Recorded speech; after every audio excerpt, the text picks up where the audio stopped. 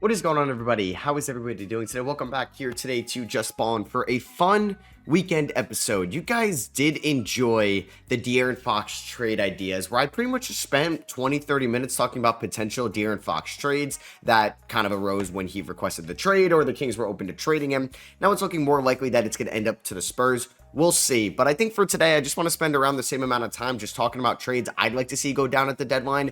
Obviously, it's been quiet in the NBA world. I think we're going to really heat up this week, though. This was a similar vibe last year. If you remember, not a lot of deals went down during the week. And once we kind of started to figure out that like the Nets weren't going to be making too many moves, the Bulls specifically weren't moving, like LaVine, he got hurt, DeRozan wasn't getting traded, Caruso wasn't getting traded, we kind of were like, oh, not that many deals are going to go down. And while Thursday last year wasn't like the biggest trade deadline ever, we still had some notable moves of like PJ Washington, Daniel Gafford, Bojan Bogdanovic, Buddy Hield got moved, and just like Ochai Agbaji, like that first round pick trade. So I think we'll see, like, I don't know, we're going to get through this. And there's one guy that I want to start off with, and that's Brandon Ingram. And I feel like he's got to get traded this year. Like, I feel like Brandon Ingram has to get traded. Jimmy Butler has to get traded. Those are two massive names that are, or like could be free agents at the end of the year. No way that he can have Jimmy Butler on their roster at the, like, after the deadline. Just the way that this dynamic is. And now they're trying to make the playoffs right now. They're trying to at least be competitive in April, May. I don't know about June, but they can get there with maybe some rotational guys, and maybe it is a Warriors trade that I'm sure I'll break down what I think could make the most sense. The Bulls, I mean, they don't have to trade LaVine. They don't have to trade Vucevic. These guys are under contract, but why try to end up with the 12th overall pick? That goes to San Antonio. Atlanta does not own their first round pick this year, and Jalen Johnson is out for the year. I'm not saying you have to make a panic move for, I don't know, Jimmy Butler, but you could try to upgrade at the deadline with Bogey's contract or Clint Capella. And then I was like saying before, Brandon Ingram's a free agent at the end of the year. It's really risky if they don't trade him. I really wouldn't get that. And they did just lose DeJounte Murray for the year. So I'm just going to have like, I guess, basketball reference up as well if I wanted to show any stats basically. But yeah, we're going to start things off. And man, poor Pelicans fans this year. I think the one bright spot with all the injuries, the Zion debacle has been Trey Murphy. Trey Murphy had an incredible game Friday night against the Celtics. 40 points, 15 of 20 from the field, knocked down 8 threes. Trey Murphy has elevated himself into a new tier this year. He's been incredible, and I think the way he's playing, the Pelicans should feel even more comfortable about trading away Brandon Ingram. You look at Trey Murphy's last 22 games, decent sample size, 48, 38, 89 splits, 24 points, 5 rebounds, 3.5 assists. He's really freaking good, man. Trey Murphy's good. 17th overall pick in 2021. One of the better picks from that class. And this team has to move Ingram. I know it's kind of a shame. Let's just see if they're like when the update is for Ingram. Like he was out for Friday's game. This was like a week ago. He hasn't been cleared for contract yet. So I think that's a little bit tough for New Orleans because if Brandon Ingram isn't healthy, teams don't really want to give up major assets for him. But like I said, I think there could be some fun Brandon Ingram destination teams. I think I have 2 in mind, and I may even think of more as we get throughout this. So let's go to the Pelicans, and we're going to try to I'm trying to figure out somebody that was this good, that was a free agent at the end of the year. My mind goes back to Kyrie Irving. Like Kyrie Irving was a free agent at the end of that 2023 season. And that's pretty much when the Nets lost all their leverage. Now, Kyrie Irving at that time was probably, definitely a better player than Brandon Ingram, but didn't come with as much like unknown about like what's happening in the offseason.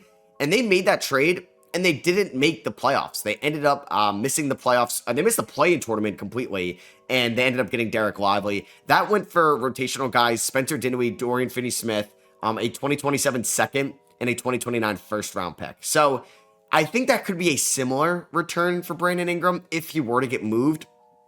It's just tough. Like Kyrie was playing so well before he got traded from Brooklyn to Dallas. And for Brandon Ingram, while he was getting off to a good start, looked better to start off the year than he did at the end of last year. Like, it's an unknown for him right now. So we look at like his final days in Brooklyn, man, that team before KD got traded was playing so well. Like, you could see all these wins they really racked up, and that allowed them to get to the 5 seed or the 6 seed, even though they got bounced. Like, Kyrie's last 30 games in Brooklyn, 27 points, 5 rebounds, 5 assists, 49, 40, 86 splits. So a lot better than what Brandon Ingram is. And obviously Ingram doesn't have the playoff track record or anything like that, but I think could be valuable. Now, the Kings were always a team that caught my eye. I think it could be a little bit more appealing with Fox potentially being traded, and I don't think Fox needs to get moved at the deadline. I think they could look to just go into the offseason. You're probably not going to get definitely not what Anthony Davis went for, even with like the inflation from just trade assets. Probably a little bit less than Donovan Mitchell, but say we did Brandon Ingram to Sacramento. Now, this is weird because, like, does Ingram and DeRozan make any sense? Probably not, but you can get there. I don't know, man. Like, would you go, if you can get Ingram to re-sign, do you just trade Keegan Murray and matching salary to get there? That's tough. Like, say we did Trey Lyles. How far off are we on this financially? Trey Lyles and Kevin Huerter, we'd have to cut about $10 million from Sacramento. So this gets really tough. This does, honestly. Like, I like this idea, but then that means, like, DeRozan would have to get rerouted. Like, would the Bucks be willing to go from Middleton to DeRozan? I think that's where some teams get involved. I don't know. I think this makes it a little bit interesting for Sacramento, but yeah, DeJounte Murray's out for the year, while Trey Murphy, and when he's healthy, Zion looks great.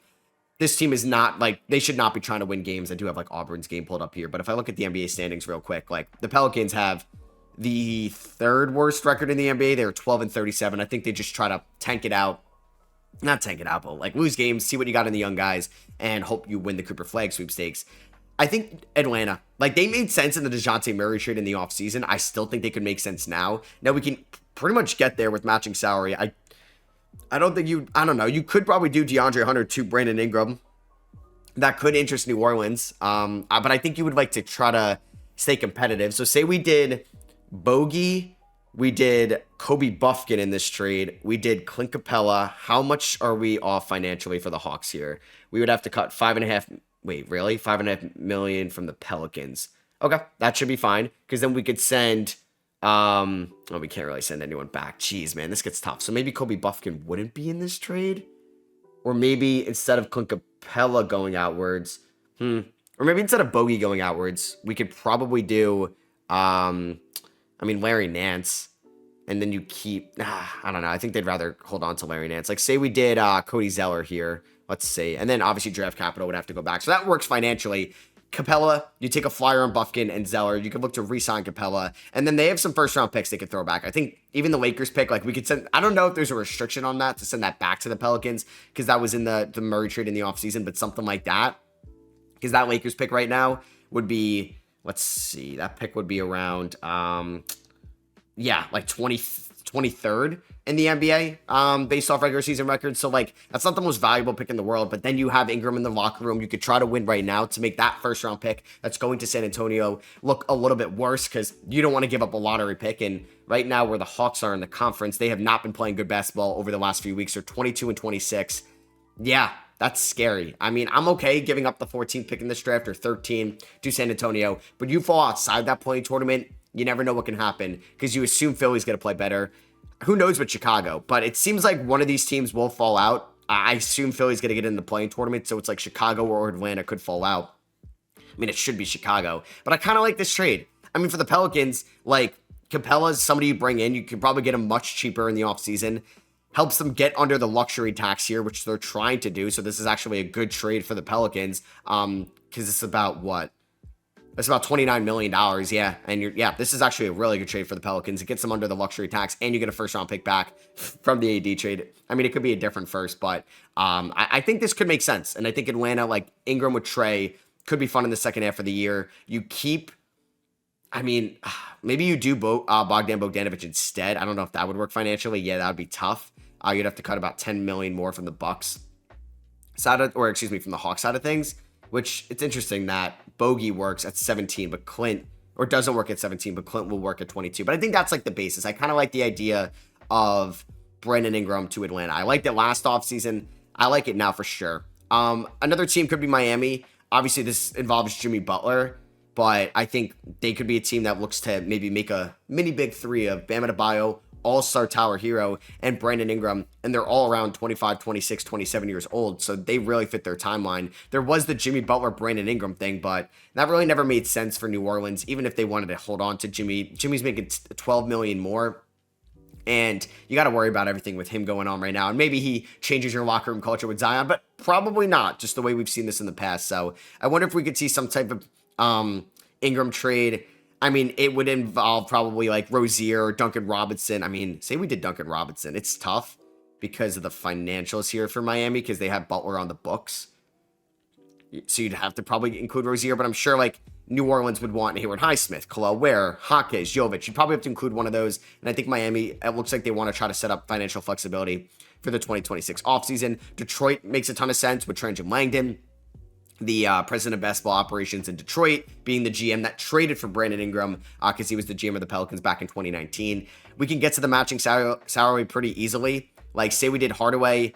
I mean, I know Isaiah Stewart is something for you right now, but I don't know. Pistons fans probably like the way he plays, how he's aggressive and stuff, but I don't think I'm losing sleep over Isaiah Stewart for Brandon Ingram, and I don't even know if you would have to include draft capital in that. I feel like Isaiah Stewart should be good enough, unless he's like, yeah, like I think that should be good enough, and I think New Orleans, like, you save some money long term, you save $5 million, which puts you, I believe, under the luxury tax here, because yeah, you're $7.6 million off the first apron, and then you get Hardaway's expiring, Stewart, maybe you get a draft pick, probably be very protected, but I think getting Stewart might be fine for this going forward. And I just like the idea of the Pistons getting Brandon Ingram. I mean, Jalen Duren could be something featured, but I don't know if they'd want to give up on him, even though he hasn't been like great this year. Toronto's apparently been like interested in Brandon Ingram. They'd probably try to help facilitate a deal. Like, say we did Bruce Brown, and like we could say big man Boucher over to New Orleans. Something like that probably works. They do have that Indiana Pacers first round pick in 26, which and it's protected 1 of 4, unless something goes horribly wrong injury wise for the Pacers next year, I don't really think that's going to be too valuable of a pick. And I think this could make sense. Like, Brown matches salary, Boucher you can look to bring back, and you get a first for Ingram. It's not the best return in the world, but it's better than nothing in the offseason. And Toronto, it seems like, wants to get another name next to Scottie. I never really thought about the idea of De'Aaron Fox, but apparently they're interested in Fox as well. I can come up with the trade soon, but I think, yeah, those are my Brandon Ingram trade ideas. I think those just make sense for them, and it would be silly for them not to trade them or trade them at the deadline. Like the Warriors, I thought could make a little bit more sense as well. Like, say you send Wiggins to to New Orleans, Ingram goes there, and then you could probably send Kevon Looney, Buddy Hield. I don't know if they'd want Buddy Hield's contract, but that is off what they would be hard capped, the Pelicans. Okay, so say instead of doing Buddy Hield, like say we did Looney and Wiggins, does that work financially? It does not. I'd have to cut $700K from the Warriors. So I think Wendy Waters or even like Quentin Post has shown something. Guy Santos, what about that? That would work. And then Golden State could throw in like a first round pick, and for the Pelicans, they can reroute Wiggins to, I don't know, say we get a third team involved. Toronto's apparently been linked to Wiggins. Say we get Wiggins that actually goes to the Raptors. And then, honestly, let's add another big man. Like, this could send Boucher over to the Pelicans. How does this work financially? The Raptors, I think, need to clear up a little bit of money. And how about we send Kelly Olynyk to the Pelicans as well? Does this work? It does. I'm just saying, like, this could be something that we see go down. I think the Warriors should go after Ingram instead of Jimmy Butler, just because he's younger, and I think there's so much risk in trading for Jimmy Butler. I mean, I'll try to come up with the Warriors Jimmy thing that, I don't know, man. The Warriors, like, I just watched them lose to the Suns, and I don't know, man. I'm kind of out on the Warriors. Even if they had Jimmy Butler, I'm not convinced that they could do much in the playoffs. I like Ingram, though, just because he's 27, and now you're preparing for life after Curry. And I love Curry, man, one of my favorite players of all time, but he's not the Steph Curry that we know, and he can't really carry a team as much as he's carried in the past. So those were just some Brandon Ingram ideas. I think that might be it for me. Minnesota would be, I don't know if he really makes them that much better. Dallas, probably not happening. Phoenix, no, because of Beal. Spurs probably don't want to do that. Kings I already talked about. Maybe Clippers, no. Lakers, no. Grizzlies, maybe, like, could get involved, but I think that's unlikely. Same with the Nuggets. So that was, I mean, I don't really want to talk about Fox too much because I did a whole Fox episode, but I did want to see, like, the Toronto idea. Like, could they offer a really nice package? But you got to run the risk of him not re-signing with you. Like, I think it'd involve quickly, like, some type of straight up swap. I'm sure they would ask for, like, Jacoby Walter or Agbaji or Grady Dick, which they're probably not moving Dick. But say you did Walter quickly, and say you did the Pacers first round pick. They just don't have much. Like, and then say 2 first round picks, right? Is that a great offer? I don't know. I feel like the Spurs could probably match that just because they could throw out more draft capital. And I don't think they'd move Sohan, but if Vassell or Castle are on the table, and I know Spurs fans have really told me that, like, we're not trading Castle in a trade for Fox. I think that's absolutely insanity. Teams, I think fans especially, and sometimes it is teams, become so attached to their current guys, especially that they've homegrown. And I totally get that, but you have to realize Fox's or the odds that Castle ever reaches Fox's ceiling is so low. It really is. And yes, he's a different type of player for sure, but I think we're going to run into a lot of Castle efficiency problems over the years. At times, and it's been good for him at times this year. It's been bad for him at times, and I know he's a great defender, and I know, like, watching the game, he stands out. He's impacted in the game way more than will show up in a typical box score.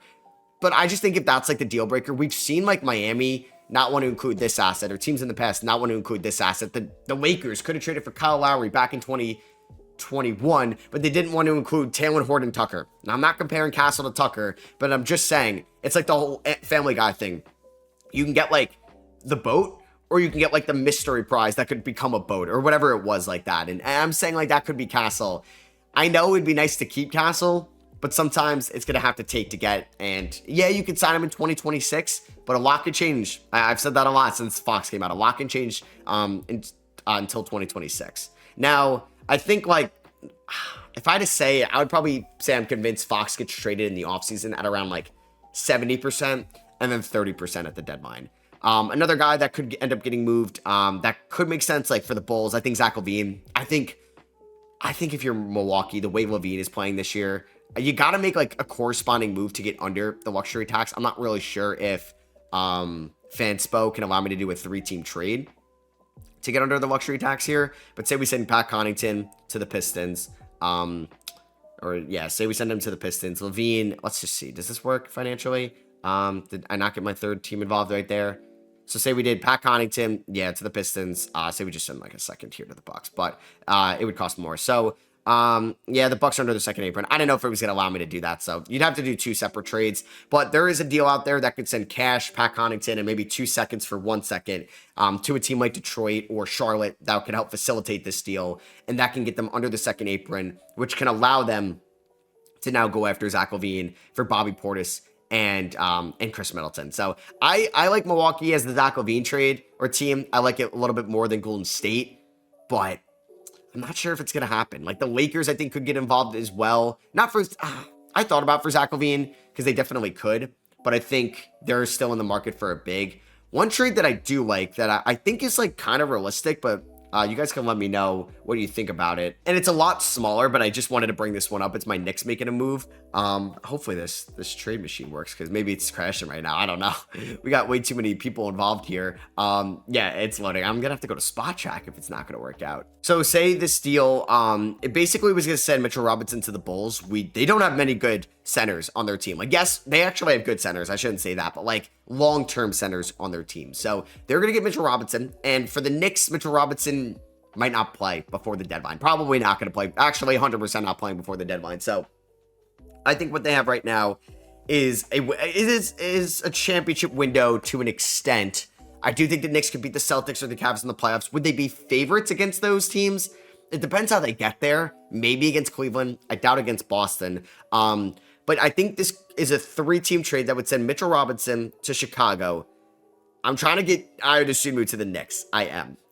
He's going to be owed an extension soon, but I think we could get this done. We're going to get Chris Boucher to the Knicks as well. And then we're going to get Mitchell Robinson to the Bulls. We're going to get this Wizards first round pick to the Bulls, which might be something, might not. And then we're going to also send 5 second round picks to the Bulls as well. The Knicks have plenty of seconds to move. So basically 1 lightly protected first, or heavily protected first. It's not even heavily protected. It's just the Wizards aren't going to be, I believe if they're a top 8 team in the draft next year, Washington gets that first, and then it turns into 2 seconds. So you basically need Washington to be not a top 8 team. Probably isn't happening. So this is like my absolute pipe dream of a deal. And then it would also send Pacomi Dadiep to the Raptors for basically Chris Boucher, which I think is actually pretty good value. He was a recent first round pick. This doesn't work out because I have to cut 1.6 from the Knicks. And I'm also going to give them another center in Jericho Sims, who doesn't really have, I would say, much value out there. So this trade does work financially.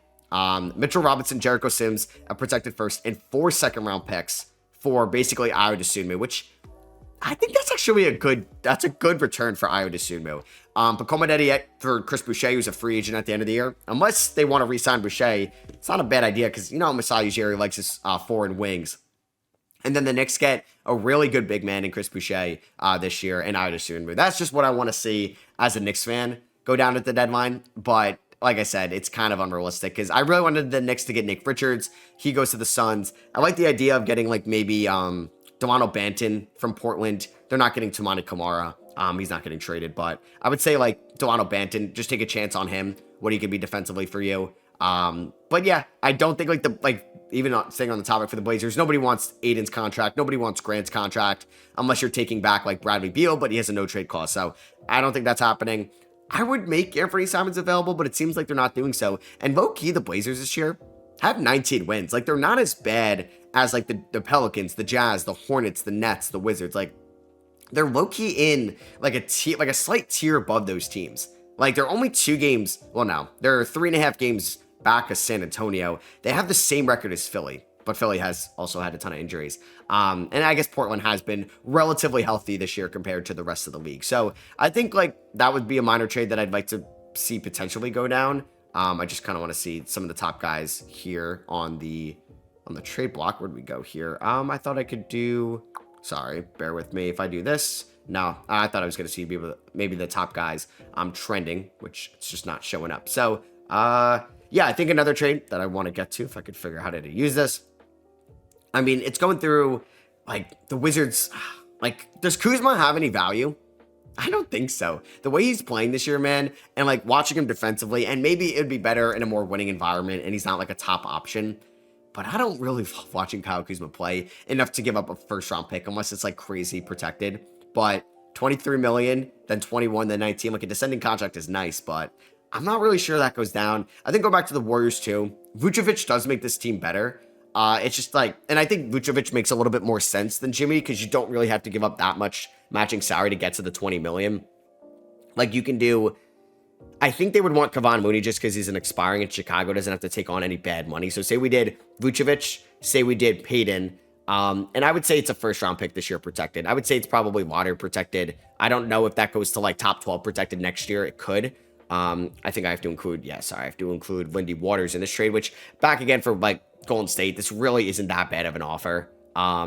Like you're not losing too much. I'm sure you'd rather give up Kyle Anderson or Buddy Hield for sure, but I don't know if Chicago wants to take it back that bad money. Like Chicago opens up $20 million in cap space next year and they get a first round pick that they hope is like 15 or 16 in this draft for Vucevic. But then again, like they don't have to move Vucevic at this year's deadline. They can move him in the off season.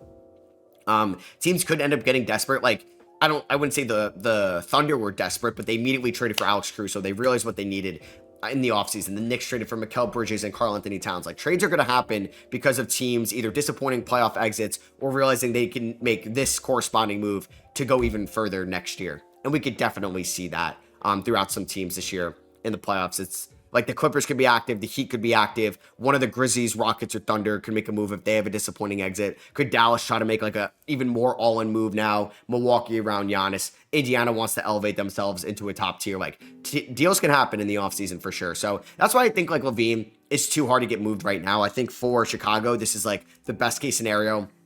Last year, they probably would have liked to move him at the deadline, but he gets hurt and he wasn't like the best when he was healthy. This year, LaVine's having, I think, as consistent of a year as he's had with Chicago, and it's somebody that can put up 24 points, great efficiency, be a great half-court scorer. Yeah, he's not going to be the fantastic defender in the world, but you're not really acquiring or using Zach LaVine to be a top-tier defender. You also don't have to pay him $40 million this year. You get out of that, so it's basically a 2-year deal worth around $93 million. That's a lot of money, don't get me wrong, but if you think Zach LaVine can at least give you 2 more years in his age 30 and 31 season, which I don't think is impossible, you should be, I think, willing to do that trade in the offseason. And for Chicago, like, they tried doing a trade with Golden State last year where it was basically like, give us the matching salary, no picks involved, you get LaVine.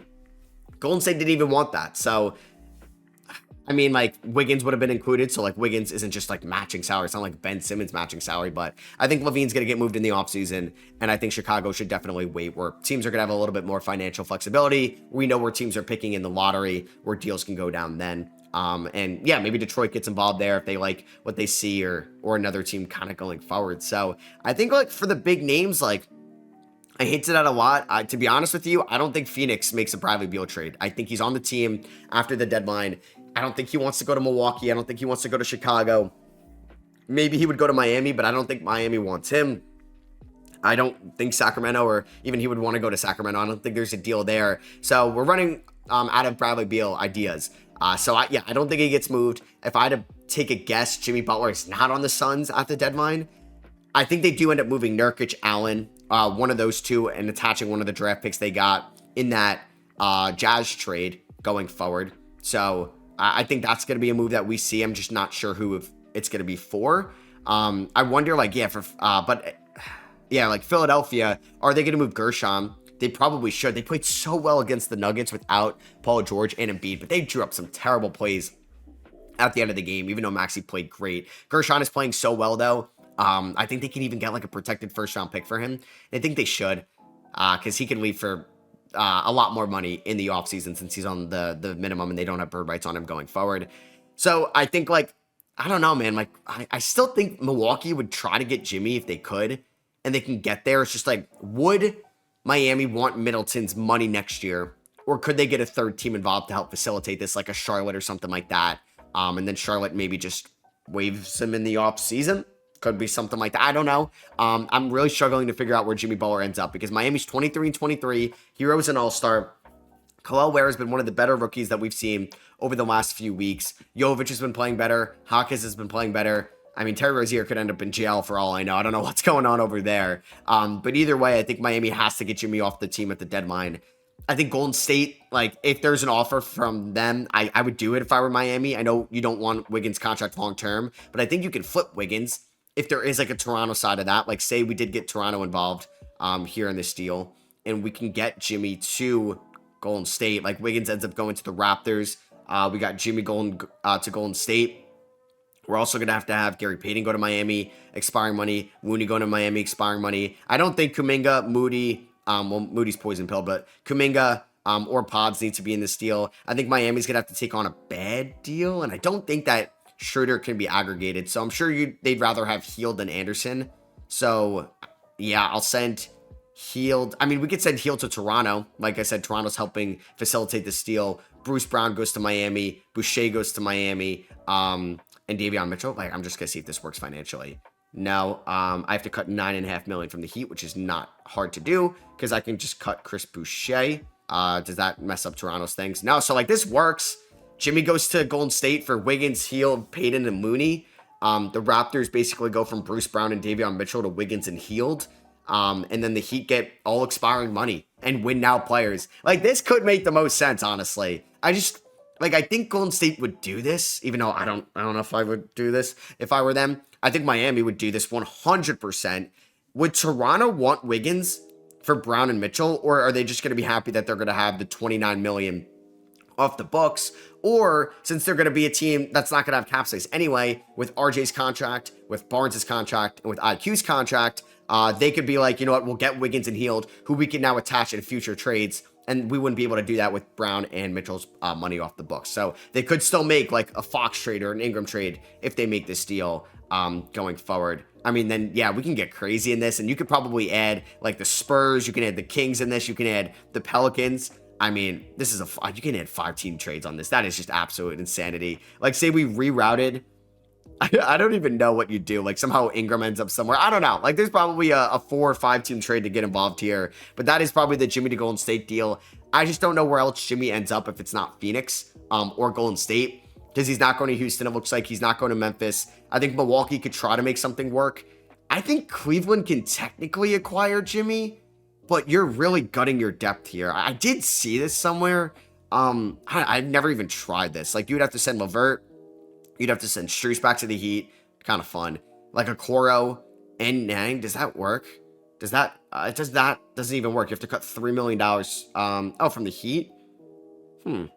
Okay. So instead of, you get to hold on to, let's say, George Nang, you have to include, I don't know, Jalen Tyson. I don't even know if I'd want to do Tyson. Say you do Dean Wade, and then, here we go. We can probably just do Alec Burks to the Cavs. This work financially? Wow, it does.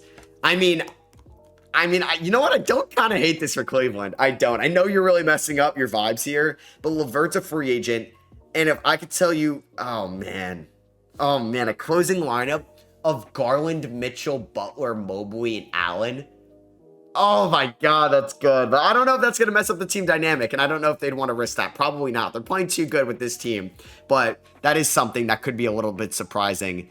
All right, I don't know. I think that Jimmy Butler stuff is going to be really interesting at the deadline. I think that's going to be it for me. I think those are the trade ideas that I just wanted to talk about.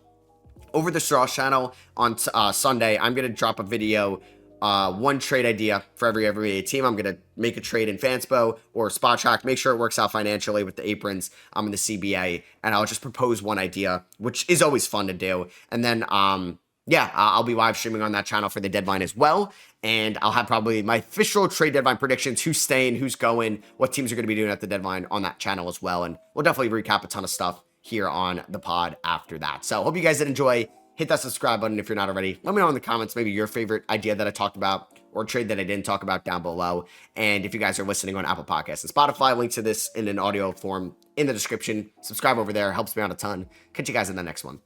Peace.